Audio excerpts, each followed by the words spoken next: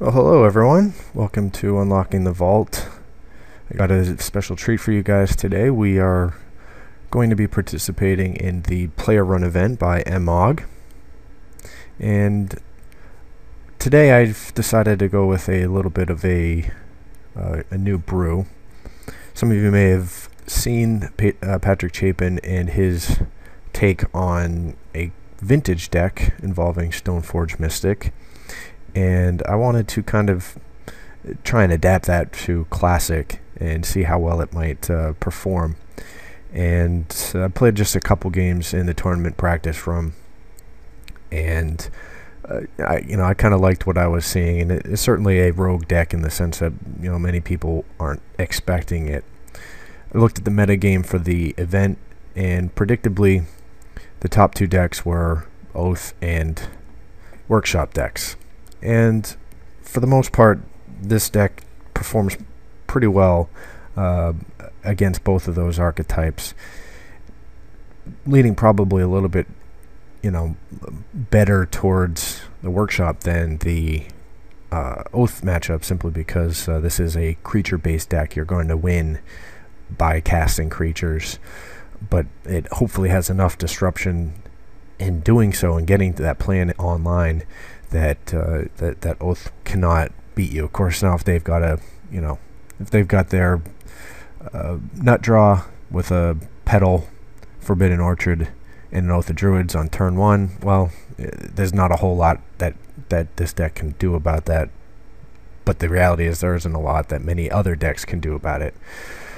Needless to say,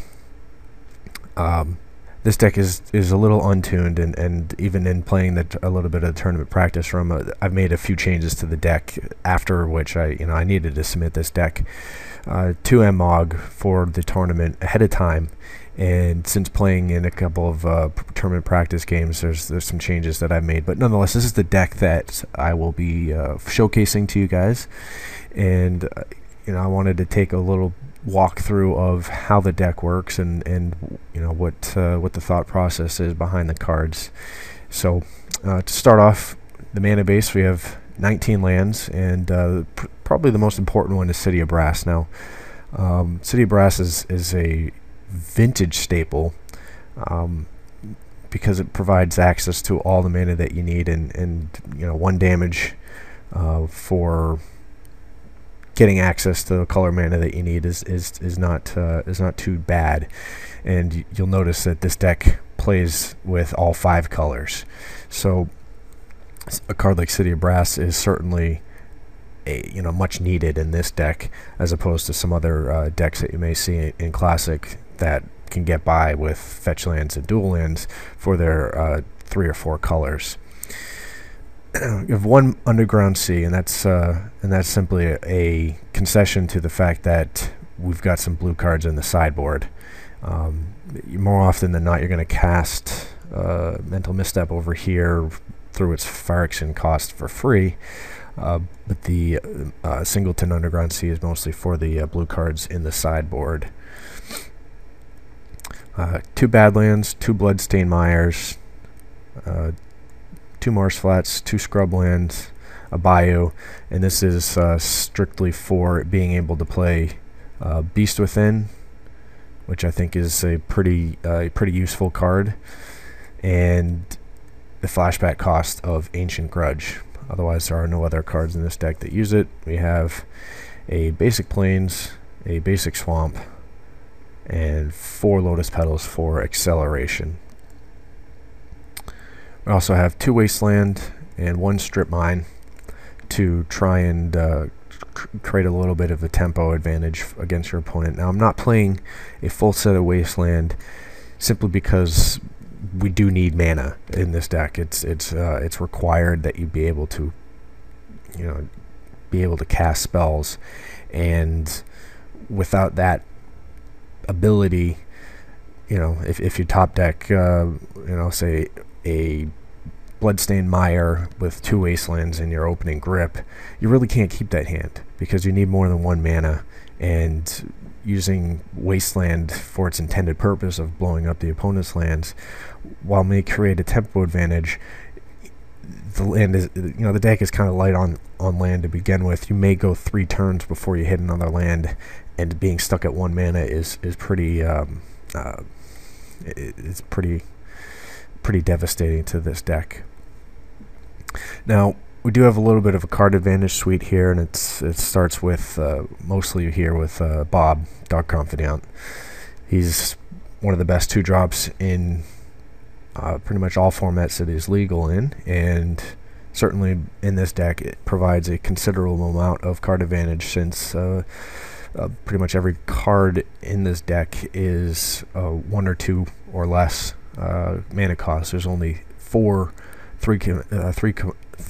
mana cost cards and 1 5, which you hopefully won't have to flip because you'll be fetching it up with Stoneforge Mystic. But not to jump the gun a little bit, you have your typical other black staples: Demonic Tutor, Imperial Seal, and I threw in this Necropotence. Now, I've since taken it out, I never drew it, but the reality is I was trying to find some sort of a single card advantage that rivaled Ancestral Recall, which is one of the cards that is obviously in Patrick Chapin's Vintage deck, but there really wasn't any sort of similar option right now in Classic, and I figured, well, I'm playing a black deck and I want to get black mana to cast Dark Confidant. Maybe no Necropotence can do the job, but I never actually drew him in any of the turn practice room games, and when I did cast Demonic Tutor, Imperial Seal, there were other cards that I wanted than Necropotence, which says a lot, because I needed instant speed threats and what have you. So we'll see how it goes. Maybe I'll cast it and change my mind in this tournament, but I've since taken it out to create a little bit of a game main deck against shops.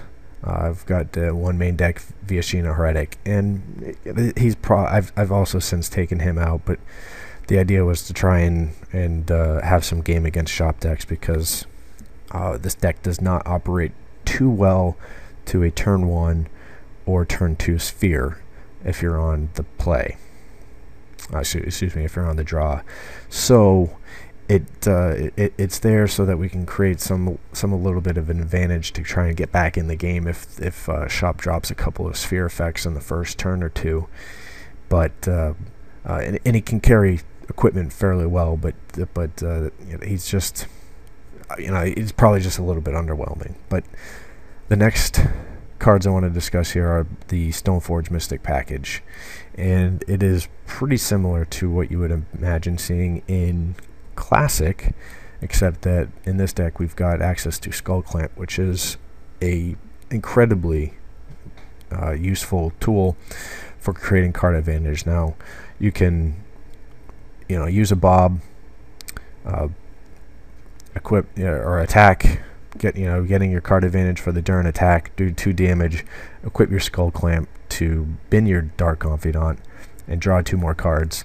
So you get 3 cards of advantage in 1 turn from a Dark Confidant. You get to deal 2 damage, and hopefully you can top deck something else that you can attach to Skull Clamp. Now, one of the cards that I've since seen other people play, which is probably an absolutely brilliant idea, is Bloodghast, and you can believe that Skull Clamp with Bloodghast and a few fetch lands can get a little nasty, and I think that's a route I'd like to take this deck going forward. But here at least the Skull Clamp does have synergy with Dark Confidant and Mesmeric Fiend over here, and as well as just being able to provide a nice pair of upgrade to some of the other creatures. And of course, if they do get killed in combat, you get this considerable amount of card advantage. But of course, the big the card that makes the entire deck work, and at least at the Classic level, is Batterskull. And it's not surprising if you played Standard over the last few months, but Batterskull is certainly a house in Classic just as well. In this deck, there's quite a few things that you can lose life to, namely City of Brass, fetch lands, Dark Confidant, and even in this case necropotence, and the lifelink and vigilance is certainly relevant, but what's even more relevant is the fact that it can dodge removal. And there's a lot of artifact removal in the classic format because of the amount of workshop decks that are simply being played. So you really want to be able to cast Batterskull through the Stoneforge Mystic, which avoids Sphere's effects and counter magic, but be able to leave 3 mana up so that they at least have to use 2 removal spells to get rid of the Batterskull. So you want to be able to try and have yourself with 3 mana left over so you can return Batterskull to its owner hand and rinse and repeat. Now, having that 3 mana open probably will, prevent your opponent from playing their artifact hate, but the reality is if they're preventing that from doing that, then you've got a pretty decent chance of getting Batterskull out and to stick on the battlefield. Now, you may have to go a few turns before you actually connect with him, but really what's really going to help you there is having the ability to bounce it so it avoids all the artifact hate in the format. Now, I've got a little bit of a disruption suite over here. In addition to the wastelands and strip mines earlier, we've got 2 red elemental blasts for the blue decks. Got 2 mental missteps, and that's mostly to try and counter things like Nature's Claim. That's a pretty well placed card in today's metagame in Classic, and preventing your equipment from being destroyed is pretty important. So while you may be tempted to misstep a Sol Ring or Brainstorm or something like that, if you're playing a blue deck, it's best to try and save that for a Nature's Claim, or even Fish or Green-White Hate decks, simply because that is the one card that you're really going to lose to, is a Nature's Claim. You can imagine this deck will have a real hard time on a beatdown plan without equipment. So Batterskull is of utmost importance. Next, we got some discard effects: Inquisition of Kozilek and Duress. Now, I don't own Thoughtseize, but even if I did, I don't know if I would want them in this deck, simply because there are so many other cards that will hurt you, hurt your life totals by themselves. As I mentioned before, Dark Confidant, Necropotence, the fetch land, City of Brass. Those cards will all be doing damage to you through the use that you necessarily, that you have to. So another card like Thoughtseize losing 2 life is certainly not is certainly something that you want to try and avoid that type of a situation. So that's why I'm using the 4-2 split of Duress and Inquisition of Kozilek. I just think that Duress gets the job done for the most part against pretty much any deck, especially on the play. But if you want to try and use Thoughtseize over, say, the 2 Inquisition of Kozilek, I can't blame you for that either.